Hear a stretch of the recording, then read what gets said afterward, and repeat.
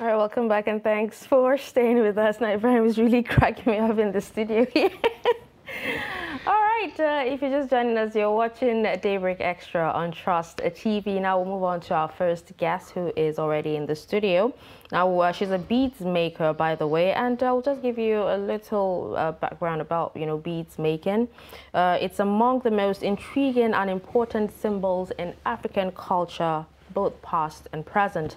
Now, the colors and sizes, the significance of materials chosen, the placement of beads on the body, clothing or articles made by other users, and of course the subjectivity of the person using the beads denotes perspectives, experience, feelings, belief, desires, and or power.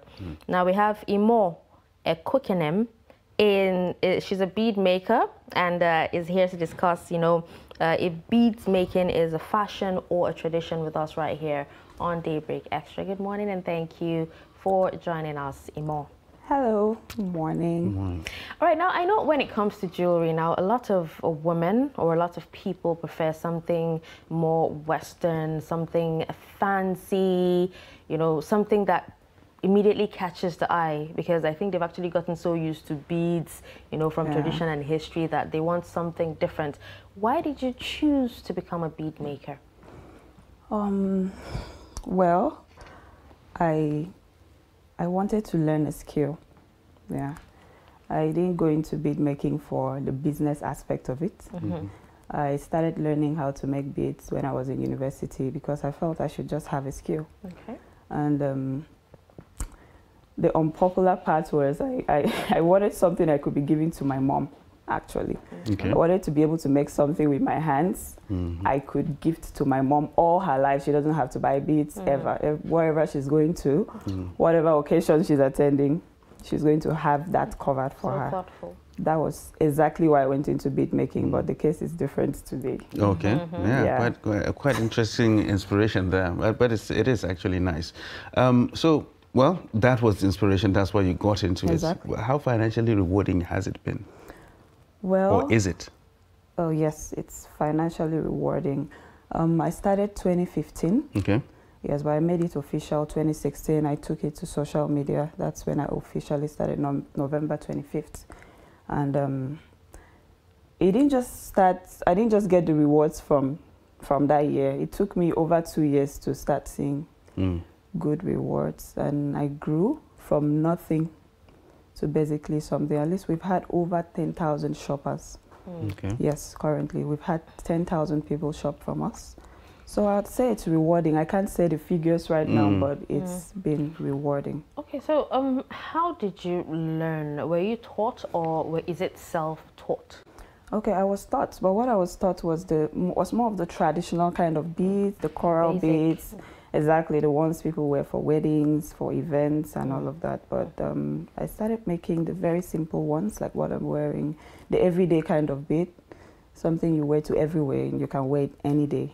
It's timeless. I started making them myself. I think it's easy to learn. Once you've already learned the complicated ones, the simple ones they become very easy. Okay, so what do you make?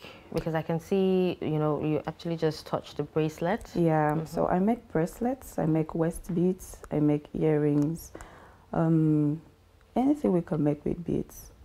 Yes, but basically bracelets. Okay. Necklaces. Yeah, okay. Yeah. The reason why I asked is because I know, when it comes to traditional beads, it actually has gone, past jewelry. Exactly. You have even curtains made from beads. Yeah, we have purses. You have purses and a lot more. All of that. But I focus basically on beads. Okay. Yes. Okay, I'm feeling left out. Bracelets. I'm feeling left out of this conversation right now, so I need to interject and come in and ask a question. Exactly. So I need to ask a question as if I know what I'm talking about. So I know definitely most of your clients are ladies. The funny thing is 90% of my clients are ladies, but they shop them for men. Oh, really? Yes. Exactly. Yes. 90% women shopping for their men, and that's very beautiful. But the thing is, as a guy, maybe I can only wear a bracelet.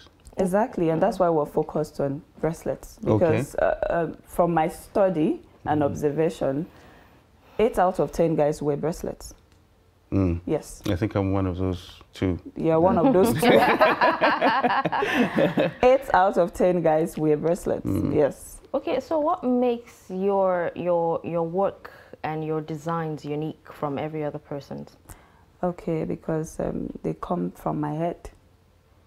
I do not copy designs online. That's why on my social media page on Instagram, I do not follow any other person because you can get distracted. There are so many bead makers and it's beautiful, but once you start getting so distracted, you want to copy this design, you want to copy this one.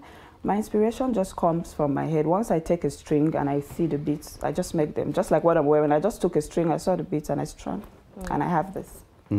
So how do you, is there a way for you to protect your work? How do you stop people from copying what you did? Exactly, that's one of the challenges that we face. And at first I send them messages like, this is not nice, you're using my designs. They even put them up.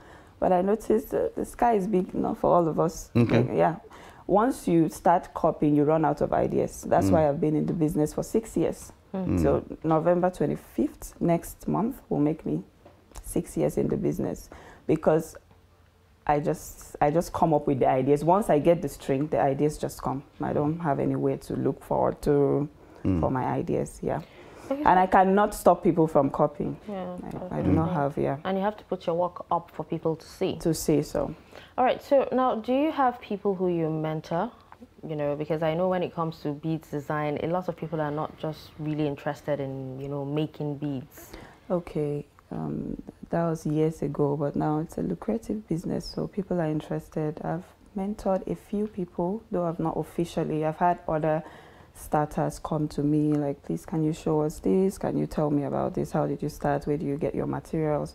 So yes, I have a few people I mentor, and I'm actually planning to start teaching people openly, holding classes, holding trainings for people. It's just, we've been so focused on expanding the business that we've not had time to train people, come out openly to hold classes, but that's one thing I hope to do. So by next year. Do you source your materials locally? I source them locally and internationally. Oh, okay. Yes, source them locally from wholesale markets. Yeah, okay. and then internationally too. Yes. Okay, how's the ratio? Sourcing them locally, it feels easier because you just walk into the market, but they're more expensive. Because, really? Yes, because they ship them in, but then the exchange rate is becoming a problem too. So you How is just that affecting your business? Okay, it used to affect my business because when we didn't expand, when we didn't get to this level, we bought them in very small quantities, but now we buy them in bulk. When you buy them in bulk, it becomes cheaper and you get them at once. You don't just keep buying every day, every day, every day. You just get them in bulk. It's slightly affecting it because you have to increase the prices of these beads, and you still have to be able to sell them. You still have to be able to offer quality to people so they know they are buying quality. So yeah, it's affecting us, but we're managing it. Okay, now when it comes to beads making, right, I know that, you know, one thing a person should actually have is creativity. And you already said it. What other things should one actually, you know, have to be able to be a good or unique beads maker? Quality. I think you have to be creative. I think it still comes down to creativity because let people see your work and let them know this is Star's array. This is her. Like there should be a touch of uniqueness to your. It can be anything. You can just add. Let there be a uniqueness to your designs that makes you stand out. Wherever you see it, people just can say, "Oh, this is it." Maybe the colors, or how you place your beads, how you decide to design them. So I would say for every bead maker, just find your style. Yeah. Do you get custom requests? Sorry? Custom requests? Yes. Something. Yes, we do. Some people send other people's designs. Can you help me make something like this? Or some customers try to come up with their own unique designs. They tell you, I want this color, I want this, and I want this. So we get them and we make them. Yeah. All right, but okay. But can you customize something for someone specifically? I mean, like you just looking at someone and say, okay, fine, I think this will look better on you. Exactly, we do that too. Some of them are confused. They don't even know what they want. Okay. I was like, can you come up with something very nice? He likes, this is his color. and then we just come up with something there and then. Okay. Yeah. Okay, so now, what do beads actually represent? Especially for Africans, you know, we take beads seriously. When you go to different cultures, you go to the Igbo culture, you know, the women use it for their weddings. Yeah. When you go, you know, there are different types that are used in different cultures, but what does it represent? Well, in Africa here, before, years ago, people don't see beads like fashion. It was more of a traditional thing. Women have to wear beads. It's for adornment. Yes, in Africa, beads are mainly for adornment. Yeah, so a lot of people have studied beads so much that now they go into the properties of beads. These beads can do this for me. I hear these beads can even make me, yes, these beads can make me lose weight. This, exactly. So things like that. But in Africa, beads signifies adornment. It's mainly for adornment. You adorn your neck, you adorn your legs, you adorn your waist. It's for adornment. Makes the woman beautiful. And the man, of course. And of course, the man.